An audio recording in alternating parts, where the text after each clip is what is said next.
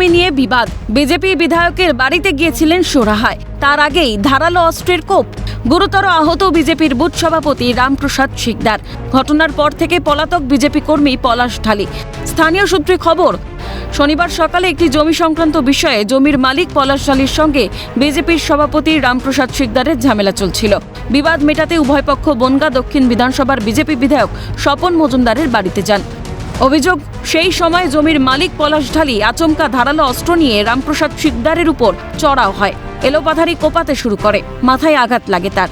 বিধায়কের বাড়িতে উপস্থিত লোকেরা কোনো ক্রমে পলাশকে আটকায় এবং তড়িঘড়ি রামপ্রসাদ শিকদারকে বনগাঁ মহকুমা হাসপাতালে নিয়ে যায়। আগে ওই লোকটা জমি করতে পারলো, এবার 2 বছরের লিজ ছিল, 6 মাস 1 বছর করার পরে আর 6 মাস বাকি ছিল 2 বছরের মধ্যে। এবার 2 বছরের মধ্যে ওই জমিতে জল পাচ্ছে না বলে আমার বাবা করবে না। 6 মাস আগে সব টাকা পয়সাটা ক্লিয়ার করে এসে বলেছে আমি আর জমি তোমার জন্য করবো না। 2জন সাক্ষীও ছিল তখন। তারপরে এখন এসে আবার জোর করে টাকা নেওয়ার চিন্তাভাবনা ছিল, জোর করে টাকা নেওয়ার জন্য গন্ডগোল হয়েছে। তারপরে বাড়ি গিয়ে দাম নিয়ে আসে মাথায়। আজকে সকালবেলা কোথায় গিয়েছিল তোমার বাবা? আমার বাবা সকালবেলা চার দোকানে ছিল, চার দোকান থেকে এমএলএ বাড়ি গিয়েছিল, এমএলএ বাড়ি বসে পিছন দিয়ে গিয়ে মাথায় করতে। বিজেপি বিধায়ক স্বপন মজুমদারের বাড়িতে ঘটনাটি ঘটলেও তিনি সেই সময় উপস্থিত ছিলেন না, নিজের ঘরে ঘুমোচ্ছিলেন। চিৎকার চেঁচামেচিতে বিষয়টি জানতে পারেন। অভিযুক্ত পলাশ ঢালির উপযুক্ত শাস্তির দাবি জানিয়েছেন তিনিও। বাড়ি আছে আর দুইজনই বিজেপি কার্যকর্তা, তার জন্য বলেছে নিশ্চয়ই ওখানে গিয়ে একটু আলোচনা করি। ওখানে এসে রামপ্রসাদ শিকদার বসেছিল, আর জমির মালিক যে পলাশ ঢালি সে পিছন থেকে এসে কোপ দিয়ে দেয় দা দিয়ে। তখন আমরা যদিও ছিলাম না, আমি ঘুমাচ্ছিলাম, আমার অফিসের একটা স্টাফই ছিল শুধু, আর ওই রামপ্রসাদ শিকদারের সঙ্গে 1-2জন যারা এসেছিল তারা বসেছিল। এই বিষয় নিয়ে পুলিশ তদন্ত করছে। পুলিশকে আমি অনুরোধ করেছি যাতে দোষী কোনোভাবে পালিয়ে না যেতে পারে, তাকে ধরে যথাযোগ্য শাস্তি দেওয়ার ব্যবস্থা করে। অন্যদিকে ঘটনাকে কেন্দ্র করে ভিন্ন ছবি দেখা গেল।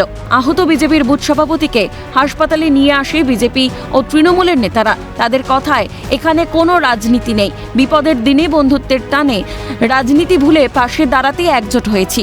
সভাপতি আক্রান্ত, আপনি তো স্থানীয় তৃণমূল নেতা, তাকে নিয়ে এসছেন নাকি খবর পেয়ে? আমি খবর পেয়ে হাসপাতালে যাই, পাল্লা হাসপাতালে। ওখান থেকে পাল্লা করলে বন্ধ করে নিয়ে আসি। ওনার 9টা সেলাই পরে। এখানটায় কোনো রাজনীতির কোনো ব্যাপার নেই। উনি আমার বন্ধুতুল্য লোক, ভালো সম্পর্ক ফ্যামিলিগত দিক দিয়ে। তা ওনাকে একটা চাষবাসের গণ্ডগোল কেন্দ্র করে মারে। কারণ এখানে রাজনীতির কোনো কালার নেই, কোনো ব্যাপার নেই। রাজনীতির জায়গায় রাজনীতি, বন্ধুর জায়গায় বন্ধুত্ব। না দাদা, এখানে রাজনীতির কোনো ব্যাপার না। এখানে আমাদের বুথ সভাপতি ঠিকই, আমাদের 45 নম্বর বুথের পাল্লা অঞ্চলের সভাপতি ঠিকই, কিন্তু রাজনৈতিক কোনো ব্যাপার না এখানে। উনি একটা জমি নিয়ে, অন্য একজন জমি নিয়ে চাষবাস করতো, সেই জমি সংক্রান্ত ব্যাপারটা নিয়েই বাজারে গন্ডগোল হয়েছিল।